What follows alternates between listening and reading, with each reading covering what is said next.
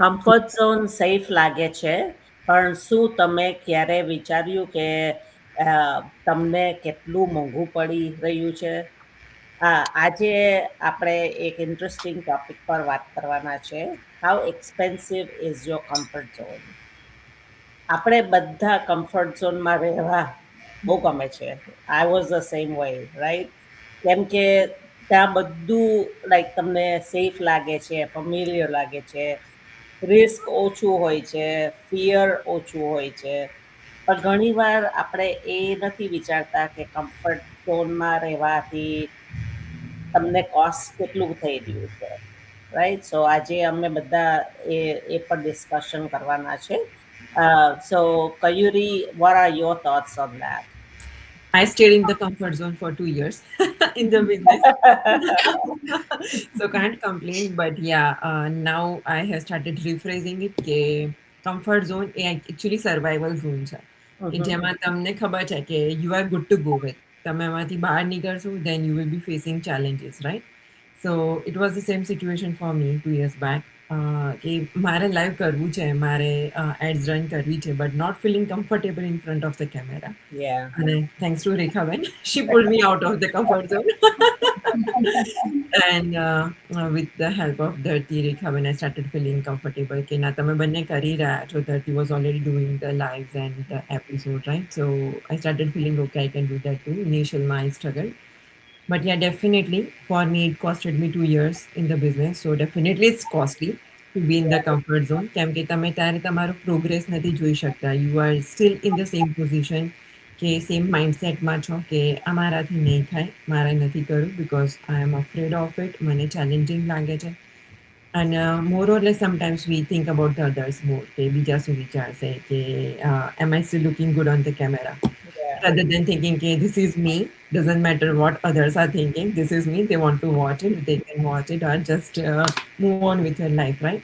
So many times આપણે next step લેતા અટકતા હોઈએ છીએ just because we feel comfortable in the comfort zone. અને to be honest, આપણા લોકોનું નેચર કે હ્યુમન કાઇન્ડ જે રીતે ઇવોલ્વ થયું છે ફ્રોમ ધ બેઝિક, આપણને સર્વાઈવલ મોડમાં રહેતા વધારે આવડતું હોય છે કે કંઈ બી છે વી કેન સર્વાઈવ થાય rather than taking risk and challenges on board અને એનાથી બહાર નીકળવાનો ટ્રાય કરીએ. So it's definitely costly.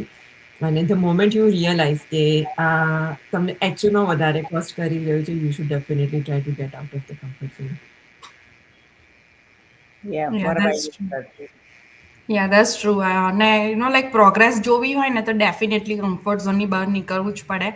તમે કમ્ફર્ટ ઝોનમાં રહો તો તમને બેઝિક જેવું કેવી બેને કહ્યું રીતના કે તમારું સર્વાઈવલ નીકળી જાય કે દેખાય છે કે આવે છે, જાય છે, થઈ રહ્યું છે. પણ જો એનાથી બેટર વર્ઝન જોઈતું હોય તમારા સેલ્ફનું, એનાથી બેટર પ્રોગ્રેસ જોઈતી હોય તમારા ડે ટુ ડે લાઈફ છે કે જોબ છે કે બિઝનેસ છે, કયામાં બી, તો તમારે તમારા કમ્ફર્ટ ઝોનની બહાર નીકળવું જ પડે. ડેફિનેટલી ઇન સર્ટન પોઈન્ટ સ્ટાર્ટિંગમાં થોડું હાર્ડ લાગશે, થોડું એવું બી થશે કે કંઈ ચાલુ કર્યું જે હતું એ બરાબર હતું, પણ જેવું તમને લાઈક રિઝલ્ટ મળવાનું સ્ટાર્ટ થઈ જશે ને, અને એ હેબિટમાં આવતું જશે. એટલે જ્યારે કમ્ફર્ટ ઝોનની બહાર નીકળો છો ને ત્યારે તમને વે બેટર તમારું ફ્યુચર દેખાય પણ છે અને આપણે એના માટે કામ બી કરીએ છીએ.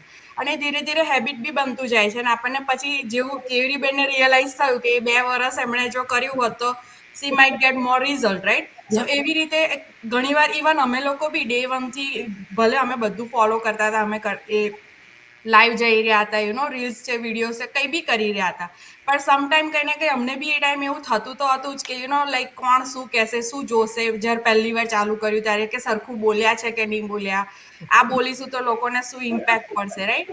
પણ અગેન આપણા માટે આપણે કરી રહ્યા છે, આપણે ડિસિઝન કેમ લીધું હતું મૂવ ઓન થવાનું કે કંઈક નવું સ્ટાર્ટ કરવાનું, આપણી લાઈફને ચેન્જ કરવી હતી, આપણા ફેમિલીને, આપણા કિડ્સ માટે આપણે કંઈક ડિફરન્ટ એક્ઝામ્પલ સેટઅપ કરવું હતું.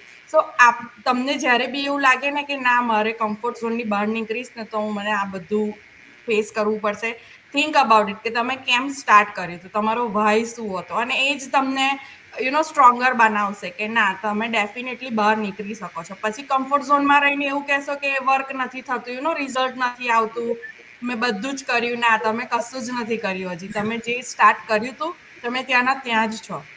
બિકોઝ આમાં એવું છે કે તમને ટ્રેનિંગ પ્રોવાઈડ કરવામાં આવી રહી છે, તમે જોઈ રહ્યા છો ડે ટુ ડેમાં ઘણું બધું નવું એડઅપ થતું રહેતું હોય છે.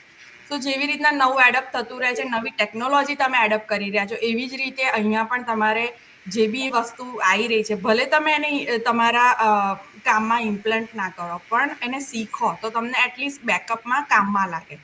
પણ ડેફિનેટલી જે તમે કમ્ફર્ટ ઝોનની વાત કરી રહ્યા છો, there is no comfort zone. તમારે બહાર આવવું જ પડે. જો સક્સેસ જોવું હોય, કઈ બી વસ્તુ સ્ટાર્ટ કરી રહ્યા છો, સક્સેસ જોવી હોય તો કમ્ફર્ટ ઝોનની બહાર આવવું જ પડે. આ ટોપિક બહુ રિલેટેબલ છે મારે માટે પણ. કમ્ફર્ટ ઝોન સેફ લાગે છે, but time keeps moving. Action લઈ કે નહીં લઈ, ટાઈમ તો જતો જ રહે ને. Years can go by quickly, right?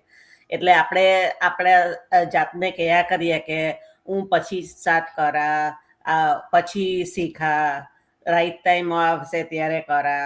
One day આપણે રિયલાઇઝ કરે કે એટલો બધો ટાઈમ પાસ થઈ ગયો અને આપણી લાઈફ તાને ત્યાં જ રહી. I've seen this in my own life કે nothing changes if you don't change, right? એટલે લાઈક હું લે ઓફ થઈ ત્યારે પણ હું ફેમિલી માટે મારું પ્રાયોરિટી હતી, પણ ઇવેન્ચ્યુઅલી આઈ સ્ટાર્ટેડ લુકિંગ કે મારે કંઈક નવું કરવું છે, પણ મેં કેટલા વર્ષ એમને એમ જ કાઢ્યા, which is waste of my time, learning social skills, creating videos, studying online business, બધું uncomfortable પહેલા લાગતું હતું મને, but looking back, I think કે હું તાને ત્યાં રહેતે તો it would have cost me so much, એટલે ઓપોર્ચ્યુનિટી તમને જ્યારે મળે ત્યારે મિસ નહીં કરો ને તમે કમ્ફર્ટ ઝોનમાંથી આવીને just get there, because તમારું ગ્રોથ ડિલે થાય છે તમે કમ્ફર્ટ ઝોનમાં રહો છો તો, right? And that's where dreams can stay in some day list, કે કોઈ દિવસ કરીશ, સો મારો ક્વેશ્ચન તમે વોચ કરી રહ્યા છો તો એ જ છે કે what is your comfort zone costing you? A dream, a goal, કે બેટર હેલ્થ, મોર કોન્ફિડન્સ, ન્યૂ ઓપોર્ચ્યુનિટી. શું તમને તમારા કમ્ફર્ટ ઝોનમાં રહીને તમે શું મિસ કરી રહ્યા છો? ને sometimes that's the most expensive place to stay, right? એટલે એક તમે સ્ટેપ લેવો, કમ્ફર્ટ ઝોનથી બહાર લેવો, એન્ડ કમ્પ્લીટલી ચેન્જ થઈ જશે તમારી લાઈફ. તો આજનો એપિસોડ વેરી ક્વિક છે, પણ આઈ હોપ કે તમને ઇન્સ્પાયર અમે કર્યું હશે, અને નેક્સ્ટ વીક અમે પાછો નવા ટોપિકથી આવશું. Can I add one thing shortly? Very quickly. What I have realized, like personal experience પરથી, specifically in the business, કે આજે આપણને જે વસ્તુ વેરી સ્કેરી ફીલ થતી હોય છે, કેવું લાગતું હોય છે, ઇટ્સ ચેલેન્જિંગ, અને આપણે તે કમ્ફર્ટ ઝોનમાં હોઈએ છીએ. When you take you risk and do it after couple of months or weeks, you will feel that level is already your comfort zone. Yes. Right? જેમ કે મારા માટે આ સ્કેરી હતું to go live, but now going live is my comfort zone. Yeah. So it can quickly become your comfort zone if you keep doing it. Yeah. ને પછી then you come with new challenge કે webinar presenter જાઓ, માસ્ટરમાઇન્ડમાં present કરો, કંઈ ને કંઈ નવું કરવા માટે તમારે out of comfort zone જવા જ પડે, right? And you feel good after doing it, honestly. Definitely. Yeah. So thank you for adding that, Kayuri. So we'll see you next week, okay? Jai Shri Krishna. Jai Shri Krishna.